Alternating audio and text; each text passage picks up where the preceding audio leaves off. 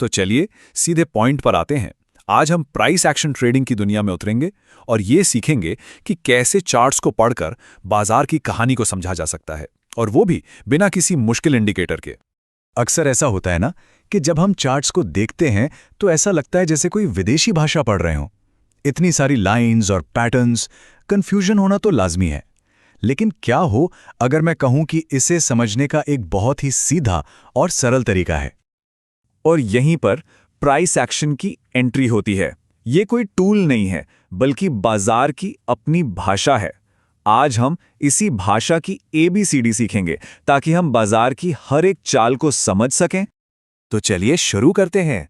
सबसे पहले ये समझना जरूरी है कि प्राइस एक्शन आखिर है क्या और ये बाकी ट्रेडिंग के तरीकों से अलग कैसे है।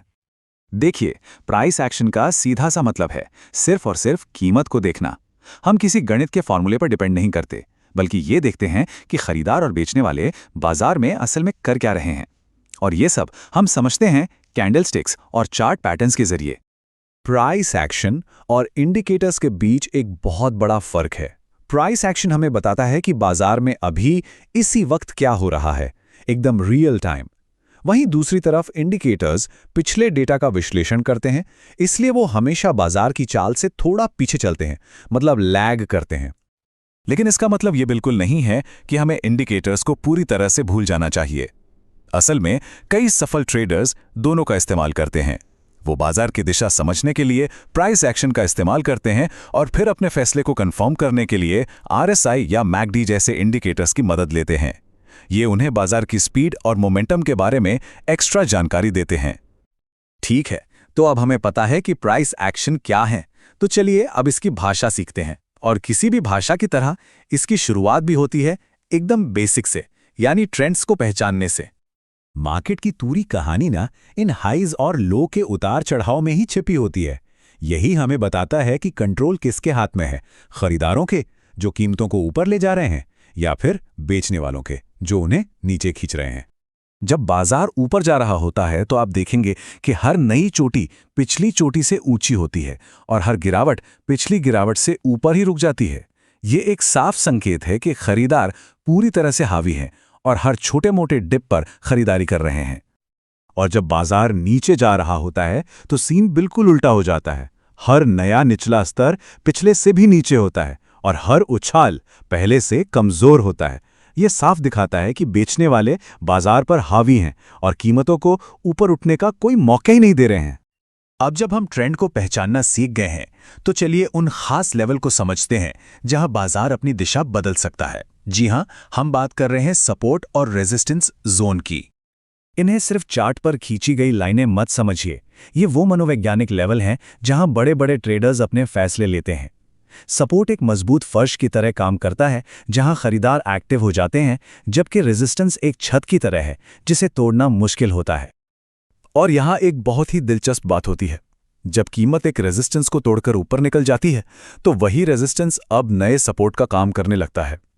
बाजार इन स्तरों को आप कह सकते हैं याद रखता है। जो पहले छत थी अब वो एक मजबूत फर्श बन जाती है। ये प्राइस एक्शन ट्रेडिंग का एक गोल्डन रूल है। अगर इस विषय में और गहराई से जानना है तो ये कुछ बेहतरीन किताबें हैं। स्टीव निसन आपको कैंडलस्टिक्स के पीछे की साइकोलॉजी समझने में मदद करेंगे, जबकि एना कूलिंग सिखाएंगी कि वॉल्यूम का इस्तेमाल करके किसी ट्रेड को कैसे कंफर्म किया जाता है। हर ट्रेडर के सामने ये सवाल जरूर आता है, क्या ये एक असली मूव है या बाजार मुझे फंसाने की कोशिश कर रहा है?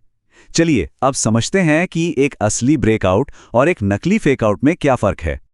एक असली ब्रेकआउट तब होता है जब कीमत एक जरूरी लेवल को पार करके उसके ऊपर मजबूती से टिक जाती है, और सबसे जरूरी बात, इसे बढ़ते हुए वॉल्यूम का सपोर्ट मिलता है। यह दिखाता है कि इस मूव के पीछे बड़े खिलाड़ियों का पैसा लगा है। वहीं दूसरी ओर फेकआउट एक धोखा होता है, एक ट्रैप। कीमत एक लेवल को तोड़ती तो है, लेकिन फिर तेजी से वापस पलट जाती है। इससे उन ट्रेडर्स को नुकसान होता है जिन्होंने ब्रेकआउट पर ट्रेड लिया था। आप अक्सर देखेंगे कि फेकआउट कम वॉल्यूम पर होता है, जो दिखाता है कि इस मूव में कोई दम नहीं है। तो याद रखें, असली ब्रेकआउट में दम होता है, वॉल्यूम होता है और ठहराव होता है, जबकि फेकआउट कमजोर होता है, कम वॉल्यूम पर होता है और तेजी से पलट जाता है। इन दोनों के बीच का फर्क समझना ही एक सफल ट्रेडिंग की कुंजी है। तो चलिए, अब तक हमने जो कुछ भी सीखा है उसे एक साथ जोड़कर देखते हैं कि बाजार हमें क्या कहानी सुना रहा है। चलिए, मुख्य बातों को फिर से दोहराते हैं। प्राइस एक्शन हमें सीधे और साफ सिग्नल देता है। चार्ट की बनावट हमें बताती है कि बाजार किस दिशा में जा रहा है। सपोर्ट और रेजिस्टेंस वो जरूरी जगह हैं जहां बड़े फैसले होते हैं।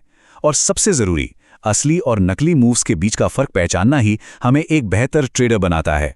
तो सवाल ये नहीं है कि बाजार क्या कर रहा है, सवाल ये है कि क्या हम उसकी कहानी सुनने के लिए तैयार हैं।